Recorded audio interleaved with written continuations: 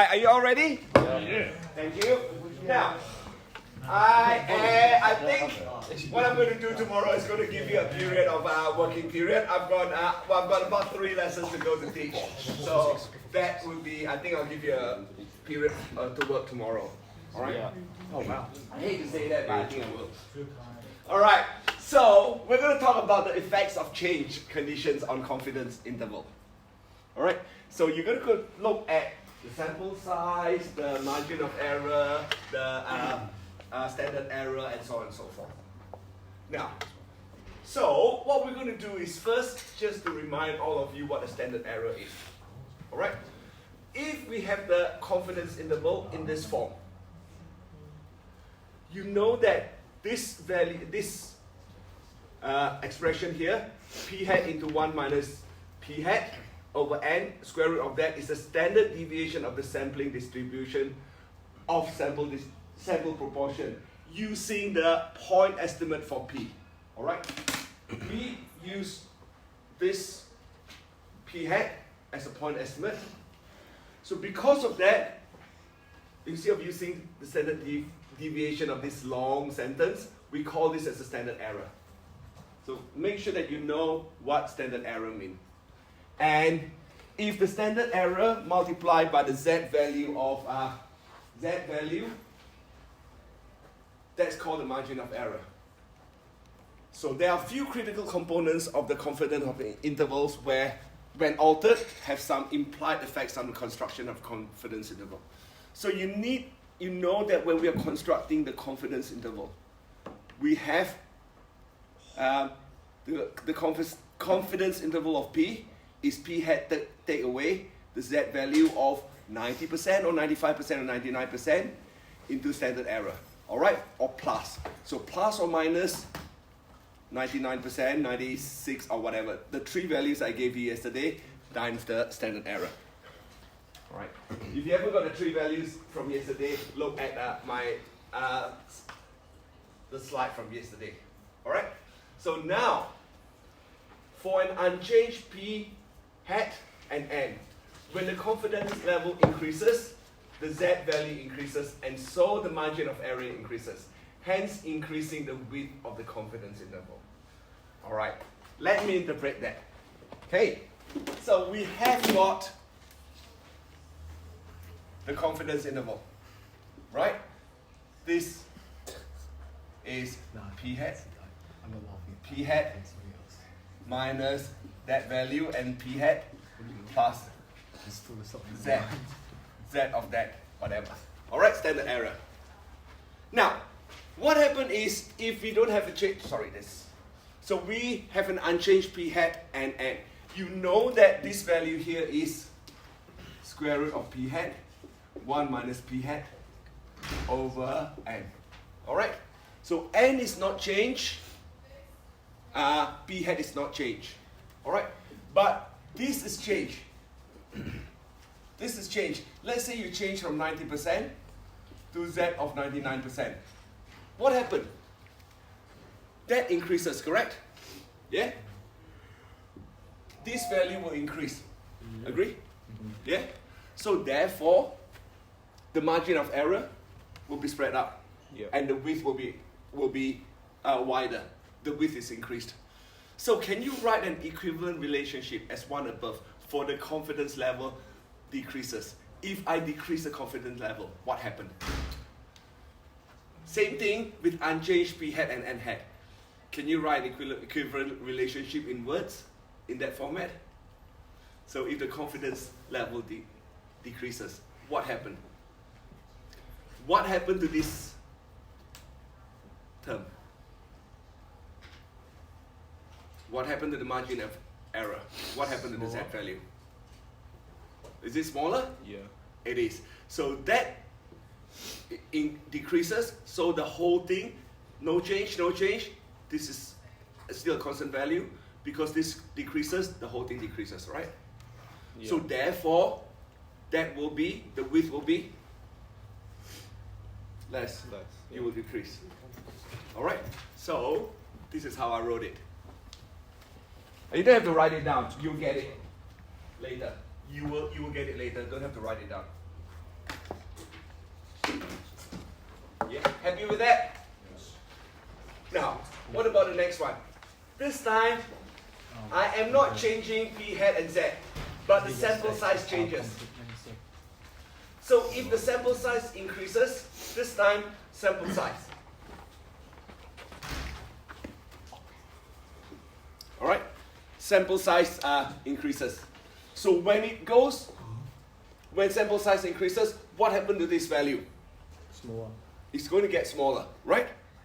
So the standard error decreases and so the margin error decreases. So the standard error here, it will reduce and the margin of error decreases. So therefore, the width will be, this is constant, but because this value here has decreased, the width will be smaller, correct? So can you actually write something, attend, to write an equivalent relationship as the one above for when the confidence level decreases?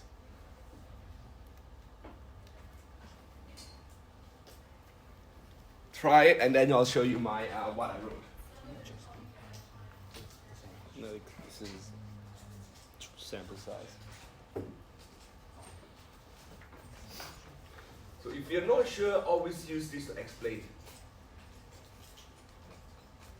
Think about it.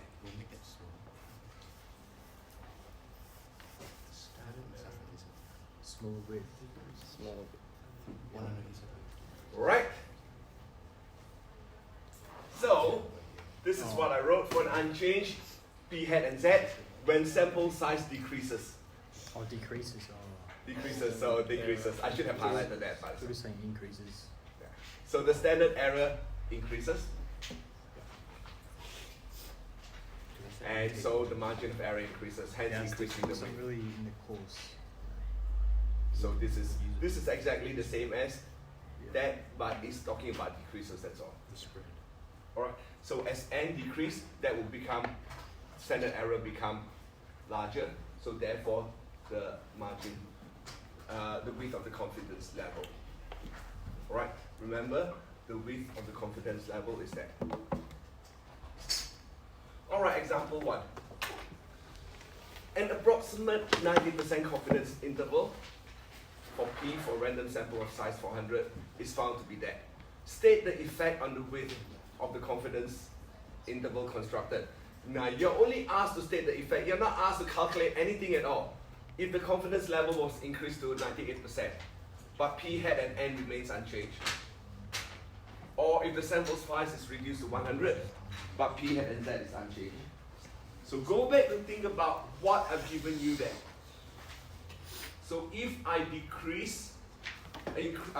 increase the confidence level to 98%, you don't have to calculate 98%. Normally we calculate 99% or 95 or whatever. But this time I'm just using 98% so that you are aware of that. You've increased it from 90 to 98% confidence level. So what would happen to Z?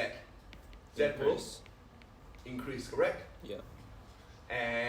But P and N doesn't change. Yeah. The next one is when the sample size is reduced to 100. N is reduced, but P and Z doesn't change. What would happen? Not asking you to calculate, asking you to describe what is the effect. That's all. Width would increase. Yeah. Right. So for the first one, if confidence level was increased, the value of Z increases. And so the margin of error increases, increasing the width of the confidence interval. Yes.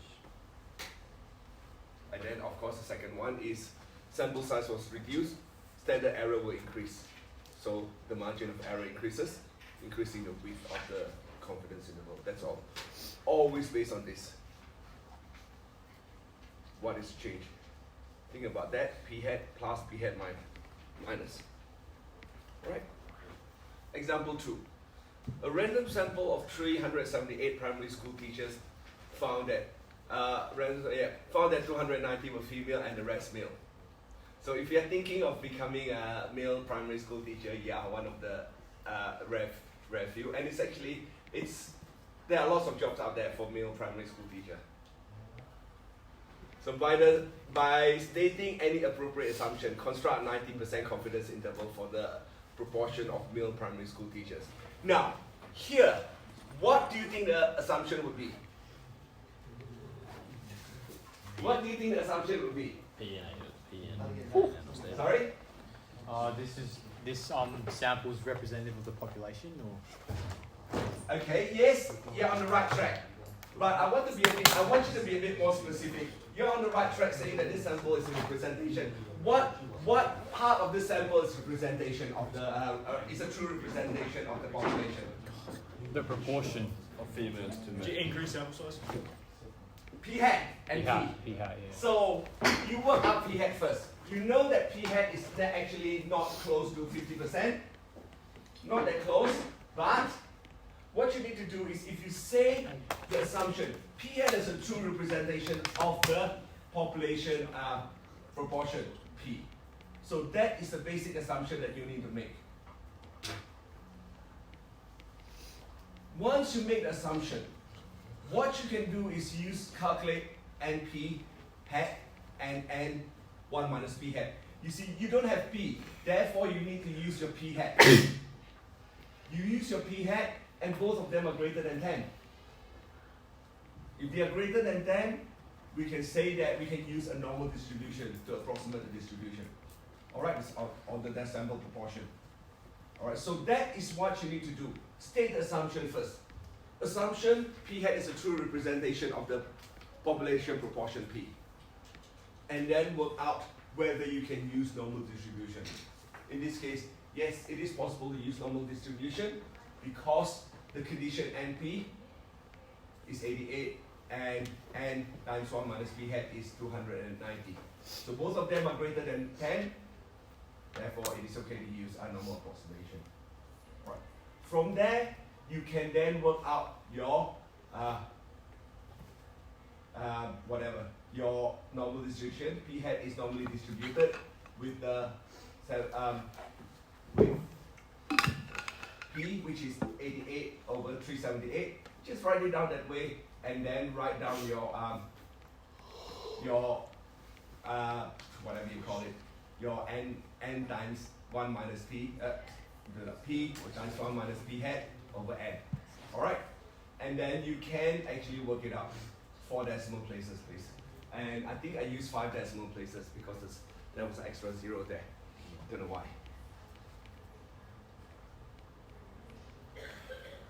Once you've done that, you can actually construct the 90% confidence interval. It's just that take away the standard error. Square root is standard error. That plus 1.645 standard error. Remember the 3 numbers from yesterday. You can evaluate that using your class pad with that, or use your statistic function. Now, describe how this process could modify such that the width of the confidence interval is decreased without decreasing the confidence interval. Confidence level. Sorry. So you want the width of the confidence interval to decrease, but you do not want to change the 90% confidence interval. Alright, the confidence level, 90% confidence level. Oops. How could you do that? So let's go back to this bit here.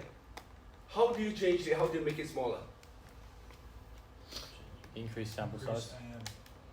Thank you, increase sample sizes. Because it increase n, yep. Then, okay. I would say that answer the question to the context. You can increase size n, but you can. I would prefer by sampling more primary school teachers because it's context, in context of the question. Increasing sample size, it doesn't mean a lot in that sense. All right. In the context of the question, remember that in the context of the question. Oh, examples, we have given you the answer straight away. A local survey in Western Australia, residents are, let you try it first before I show you the answer. I forgot to animate it. So try example 3 first.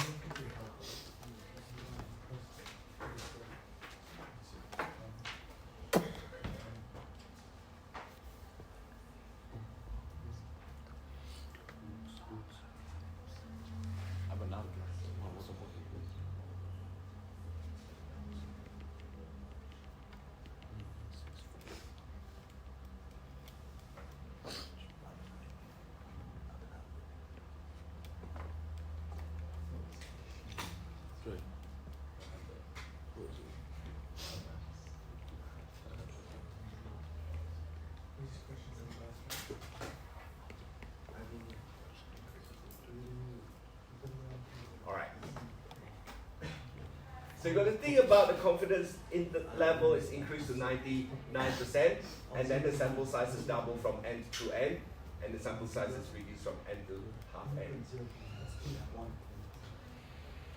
Okay.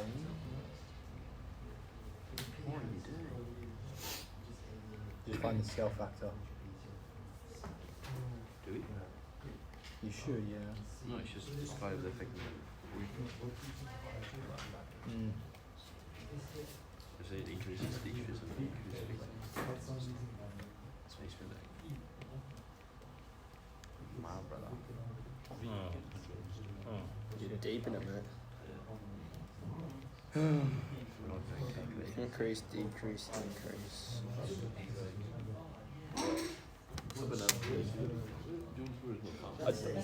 Alright, so if you want to increase the confidence level to 99%, what would happen to the width? Increase. Increase, Yep. decrease, Just increase the value of z increases, that will increase, so the margin of error increases, so the width will Wait, increase. tomorrow's wear a purple day. Is it? Sample size is double to What's n, the purple, right? decrease, because always give a reason if you ask question like this. LGBTQ. Oh, is it actually? Alright. And then finally, if it is reduced, n is reduced, the width will be increased because that will become larger, the number is smaller now. Alright? You are not asked to quantify, so don't worry about quantifying. You are not asked Alright, to finally, this quantify, focus question. Caleb. So, is it possible to have small margin of error and a large confidence interval for confidence, a large confidence level for confidence interval? If you change P and N. Constructed for population. So, if you think about it, Just end. we've been looking at Just something increase like this. N, Alright? Now, if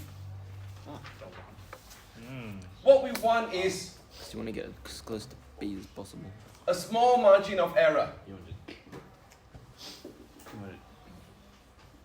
Oh, exam pack. so you know there's a margin You of have to be, error, you want it to be small, correct? Wednesday, right? Yeah?